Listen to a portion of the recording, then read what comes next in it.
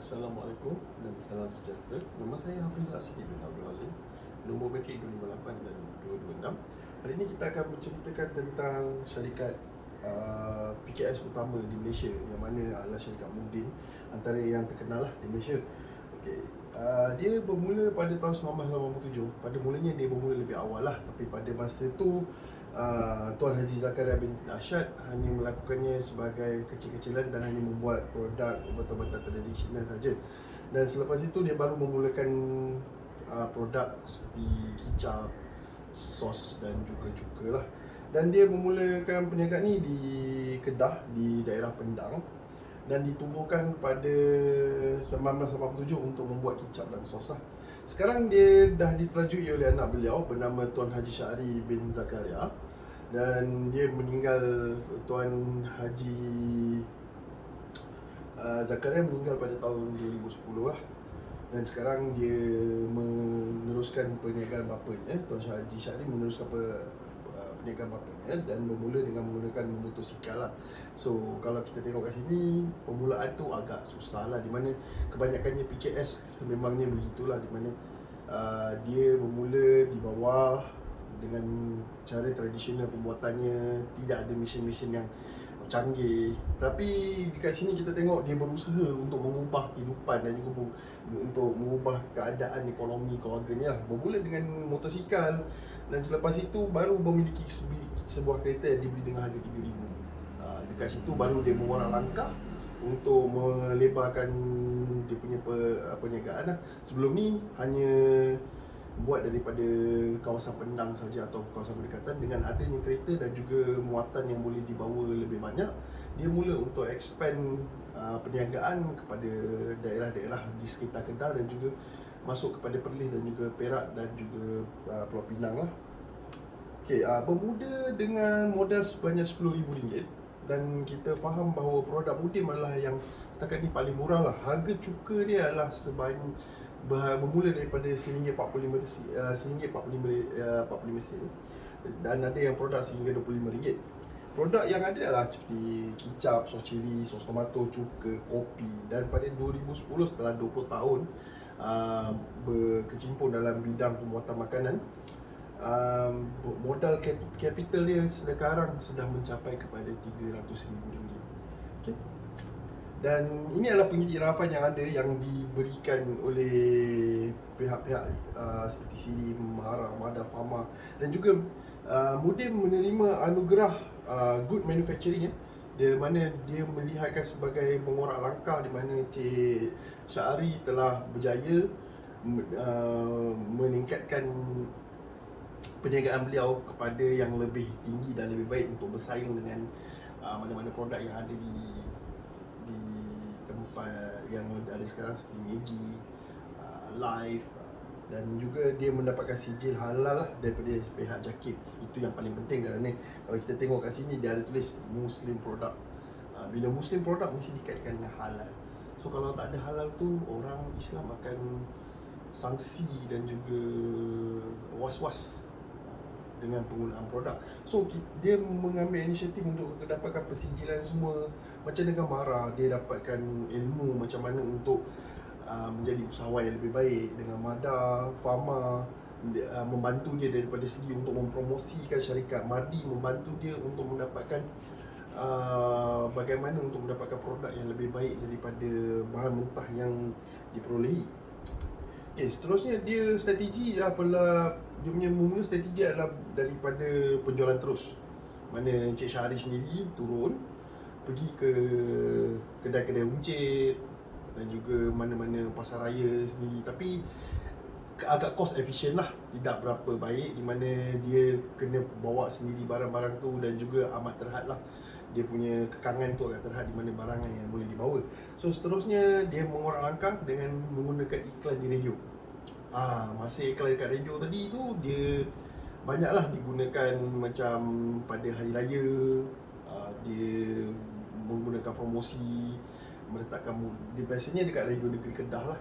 Seterusnya dia menggunakan pelajar pendidikan tinggi. Yang ni agak special sikit, sebab dia syarikat Mudin, dia amat suka untuk pelajar-pelajar yang berada di pendidikan tinggi ni, di universiti atau kolej ada melakukan kaji selidik di tempat mereka. Secara tak langsung dia orang akan memberikan tanggapan yang baik, iaitu dari buah mulut daripada orang. Orang cakap kalau produk yang baik ni dia punya mouth to mouth tu ataupun buah mulut orang tu lebih baik. So dia mengambilkan pendekatan itu, dan juga produk itu berkembang di mana ada yang belajar yang daripada luar negara balik ke luar negara seperti Indonesia, Brunei, dia akan beli secara banyak, dan juga ada yang kawan-kawan tu gunakan sekali, dan juga harga dia murah. So tak membebankan lah kepada pelajar-pelajar. Dan juga yang lebih bagusnya dengan keadaan sekarang ni, orang lebih mempertikaikan tentang harga daripada rasa. Tapi jangan risau, produk ni memang terbaik cik. Mudim ni memang bagus produk ni. Dia selepas tu dia melantik ejen jualan bagi mempromosikan produk untuk bawa masuk kepada hypermarket ataupun pasaraya-pasaraya besar yang ada kat Malaysia seperti Giant, Maidin, Tesco, dan juga tapi kat situ pun ada masalah lah, di mana Tesco, Giant ni semua dia dah ada produk yang dia suka lah. Dan kadang-kadang kita punya produk mudim ni jadi produk alternatif. Tapi disebabkan harga dia murah, target market dia adalah untuk golongan-golongan yang berpendapatan sederhana dan rendah. So dekat situ mass market yang lebih baik lah. So dekat situ selepas tu untuk meluaskan lagi dia punya jualan, dia ambil pemandu lori dia. Pemandu lori yang membuat penghantaran barang secara tak langsung menjadi ejen jualan. So lebih semudah, lagi senang, sebab kita boleh track ataupun Cik Syahri ataupun pihak syarikat mudim boleh dapat tahu berapa kuantiti yang diperlukan untuk barang itu dengan lebih tepat dan juga lebih efisien lah.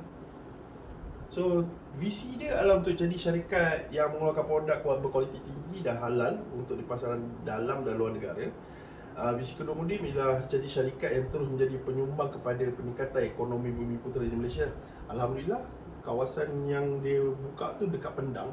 So ekonomi kat situ amat bagus, di mana semua dia punya pekerja tu diambil daripada anak-anak muda yang baru lepasan sekolah, kan? Dia masuk bekerja dekat situ. So dia tak pernah ada masalah kekangan daripada segi tenaga kerja lah. Daripada situ kita boleh tengok dia meningkatkan sekali dengan adanya ejen jualan sekarang ni, dengan adanya influencer punya style daripada media sosial. Dia dapat meningkatkan ekonomi orang-orang Islam lah kat situ. Dan dia punya misi adalah jadi syarikat yang pertama sentiasa komited untuk membina jenama syarikat, nama-nama nilai untuk mencapai jangkaan pengguna lah. Kira dia nak expectation pengguna tu lebih pada dia. Dan sekarang ni kita boleh tengok, kalau kita tengok mudim ni dia punya modus operandi dia more to like a family, bukan macam Fast and Furious lah. Fast and Furious family pun family juga, tapi yang ni dia betul-betul mengambil dia punya pekerja tu bagikan keluarga. Dia mengambil berat tentang dia punya kebajikan dan pastikan pekerja dia baik. Dan pekerja dia yang paling lama bekerja adalah selama 27 tahun dan sudah berkhidmat selama 27 tahun dengan dia, dan pencen bersara pada umur 77 tahun. So dia memang sayang kepada dia punya pekerja. So dekat sini impact dia macam saya cakap tadi, dia membuka peluang pekerja di kawasan Pendang. Kalau dulu orang nak kerja kena keluar. So kawasan Pendang ni kira kawasan pedalaman juga. So bila ada kilang yang dibuka di situ, orang cakap secara tak langsung mengubah ekonomi orang-orang kampung yang berada di situ. So tak perlu nak keluar ke bandar untuk mencari pekerjaan. Dan juga orang cakap kos untuk pergi balik bekerja tu lebih murah, memberi keyakinan kepada pengusaha dan pengusaha baru. Kat sini kita tengok, kalau dulu kita cakap susah untuk berjaya, tapi Cik Zakaria dan juga anaknya Cik Syahri menunjukkan bahawa walaupun kecil, daripada sekecil-kecil perniagaan, daripada buat perubatan tradisional, sekarang membuat sos untuk makanan, boleh bersaing dengan company-company yang lebih luas, lebih besar daripada ni. Dia meningkatkan ekonomi negeri Kedah dan secara tak langsung Malaysia, sebab banyak produk yang dibuat daripada dalam Malaysia, dan meningkatkan hasil pengeluaran negara lah. Juga memberikan tanggapan baik kepada produk pertempatan dan Bumi Putera. Sebab kita dulu kita ada skeptik, kita ada orang cakap masalah bila kita cakap produk tempatan. Ambil contoh kereta Proton. Kereta Proton mesti rosak tingkap.